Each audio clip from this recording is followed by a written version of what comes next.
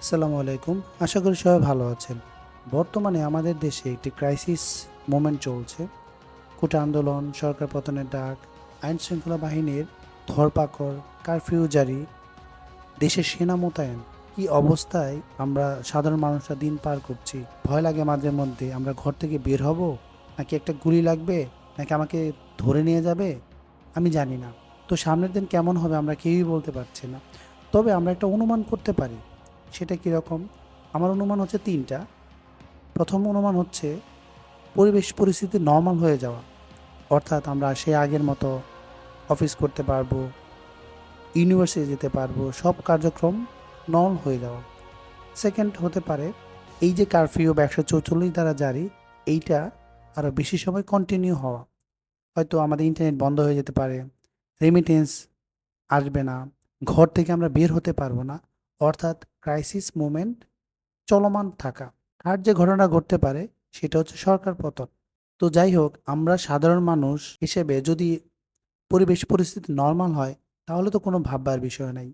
কিন্তু যদি crisis continue হয় অথবা সরকার পতন হয়, তাহলে আমরা কিন্তু সাধারণ মানুষ যারা রয়েছি তাদের কিন্তু বেশ ভালো একটা বেগ পেতে হবে। যদি পরিবেশ পরিস্থিতি নরমাল হয় তাহলে কোনো কিছুই করতে হবে না। কিন্তু সেকেন্ড ২ টা অপশনের যদি কোনো একটি হয়, সেক্ষেত্রে আমরা কিন্তু ট্রাবলে বা যেকোনো বিপদে পড়তে পারি। তো আজকের ভিডিওটা করার উদ্দেশ্য হচ্ছে কিছু পরামর্শ আপনাদের প্রদান করব, যাতে সেকেন্ড ২ টা অপশন যদি হয়েও থাকে আমাদের দেশে, আপনি অর্থনৈতিকভাবে কিছুটা নিরাপদ থাকতে পারবেন। তো চলুন দেখে নেই আমার পরামর্শগুলা কি, কি। ১ম এ হচ্ছে আপনি হাতে কিছু নগদ অর্থ রাখুন।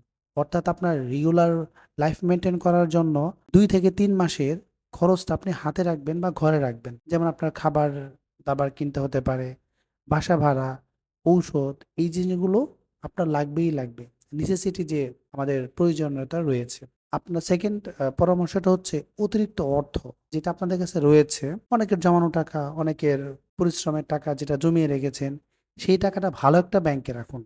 আমি আবারও বলছি, ভালো একটা ব্যাংকে, রেড জোন ব্যাংকে না, গ্রিন জোন ব্যাংকে। যাতে আপনি বিপদে পড়লে সেইখান থেকে একটা ব্যাকআপ পেতে পারেন। প্রবাসী ভাইদের কাছে আমার পরামর্শ হচ্ছে, আপনি যাদের জন্য এত কষ্ট করছেন, তাদের কাছে আগামী ২ থেকে ৩ মাস চলার মতো টাকা আপনি তাদের কাছে এখনই দিয়ে রাখতে পারেন। কারণ এমনও হতে পারে আপনি চাইলেও হয়তো দেশে টাকা পাঠাতে পারবেন না। সেক্ষেত্রে তো আপনার পরিবারে অনেক কষ্ট হবে। এর পরবর্তী পরামর্শটা হচ্ছে, আপনারা যখন বাইরে চলাচল করবেন সেক্ষেত্রে অল্প নগদ অর্থ নিয়ে বের হবেন। কারণ অপ্রত্যাশিত অনেক কিছুই হতে পারে। আপনি বাইরে বের হলেন, আপনি আইনশৃঙ্খলা বাহিনীর হাতে ধরা পড়তে পারেন। আমরা দেখেছি গত কয়েকদিনে ছোট বাচ্চা ঘরে রয়েছে, ছাদে গিয়েছে, তারা গুলি খেয়ে মারা গিয়েছে। ওষুধ কিনতে বের হয়েছে, গুলি খেয়ে মারা গিয়েছে। নামাজ পড়তে যেয়েও মারা গিয়েছে। এরকম অপ্রত্যাশিত ঘটনার মধ্যে আপনার কাছে যদি নগদ অর্থ বেশি থাকে, সেক্ষেত্রে সেইটা রিস্কে পড়ে যেতে পারে। এই ভিডিওটা যারা দেখছেন তাদের হয়তো অনেকেই শেয়ার মার্কেট ইনভেস্টমেন্ট রয়েছে। একটা বিষয় আমি আপনাদের বলতে চাই, যখন দেশের ইকোনমিক্যাল অথবা রাজনৈতিক পলিটিক্যাল ক্রাইসিস হয়, তখন স্বাভাবিকভাবেই শেয়ার মার্কেটটা ফল করে। আপনি দেখেন, কোটা আন্দোলন শুরু হওয়ার পর থেকে এখন পর্যন্ত শেয়ার মার্কেট নিচের দিকে নামতেছে। অলমোস্ট ২৫০ পয়েন্ট, প্রায় 5% কিন্তু সূচক নেমে গেছে। তো সেক্ষেত্রে আমার পরামর্শ হচ্ছে, আপনারা শেয়ারগুলো ছেড়ে দিয়ে ক্যাশ করে টাকাটা বিও অ্যাকাউন্টে রেখে দিতে পারেন অথবা আপনার হাতেও রাখতে পারেন। যখন পরিবেশ পরিস্থিতি ভালো হবে, আপনি তখন দেখবেন অনেক শেয়ারের দাম অনেক কমে গেছে। তখন আপনি ইনভেস্টমেন্ট করলে আপনি লাভবানটা বেশি হবেন। অথবা আপনি চাইলে ফান্ডামেন্টাল স্ট্রং শেয়ারগুলো ধরে রাখতে পারেন। পরবর্তী পরামর্শ হচ্ছে, আপনারা লোন নেওয়া থেকে বিরত থাকেন। যদি আপনি গত ১০টি বছরের দিকে তাকান, আমরা ইন্টারেস্ট রেটের দিকে তাকালে বুঝতে পারবো ১০ বছরের মধ্যে এটাই হচ্ছে সর্বোচ্চ ইন্টারেস্ট রেট যদি আপনি লোন নিতে চান। তো একটু অপেক্ষা করেন। যখন ইনফ্লেশন কমে যাবে, অটোমেটিক্যালি আপনার ইন্টারেস্ট রেটও কমে যাবে। আপনি চাইলে তখন লোন নিতে পারেন। ইমার্জেন্সি প্রয়োজন ছাড়া আমি বলব লোন না নেবার জন্য। এর পরবর্তী পরামর্শটা হচ্ছে, আমাদের প্রায় দেশের সব ব্যাংকেরই অনলাইন ব্যাংকিং সার্ভিসটা রয়েছে। তো যাদের সেভিংস অ্যাকাউন্ট রয়েছে এখনও অনলাইন ব্যাংকিং অ্যাকাউন্ট অ্যাক্টিভ করেননি, তারা এখনই করে নিতে পারেন। কারণ আমরা দেখেছি করোনার সময়ে বা এরকম ক্রাইসিস মোমেন্টে আপনি চাইলেই কিন্তু সহজেই আপনি অনলাইন ব্যাংকের মাধ্যমে আত্মীয়-স্বজন, পরিজনের কাছে টাকা পাঠাতে পারেন এবং আপনার বিপদে অন্যজনের কাছ থেকে গ্রহণও করতে পারবেন। সেক্ষেত্রে এইটা আপনার জন্য একটা ভালো সমাধান হতে পারে।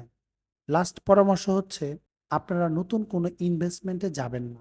ধরুন আপনি একটা ইনভেস্টমেন্টে গেলেন, এরকম ক্রাইসিস মোমেন্টে আপনার সেই ইনভেস্টমেন্টের জায়গা থেকে লুট হতে পারে, ভাঙচুর হতে পারে, অথবা আপনি যে বিজনেসে রান কর বে যে বিজনেস রান করবেন, সেখানে আপনার যথেষ্ট ম্যাটেরিয়ালস না পেতে পারেন, অথবা আপনাকে অনেক হাই মূল্য দিয়ে কিনা লাগতে পারে। সেক্ষেত্রে কিন্তু আপনি ব্যবসা থেকে লাভ করতে পারবেন না। একটু ধৈর্য ধরুন, পরিবেশ পরিস্থিতি স্বাভাবিক হোক, আপনি বিনিয়োগে যেতে পারেন। এই ছিল আজকে আমার ভিডিওর মূল প্রতিপাদ্য বিষয়। তো আপনারা সবাই ভালো থাকেন, দেশের অবস্থা ভালো হোক। আমরা সেটাই চাই, এবং আমরা যাতে যারা চাকরি করি বা পড়াশোনা করি, ইউনিভার্সিটিতে যাই, সবকিছু যাতে নরমাল হয়, আমরা যাতে আমাদের নরমাল লাইফটা লিড দিতে পারি, আমরা যাতে সবাই ভালো থাকতে পারি। সবাই ভালো থাকেন সেই দোয়া। আসসালামু আলাইকুম।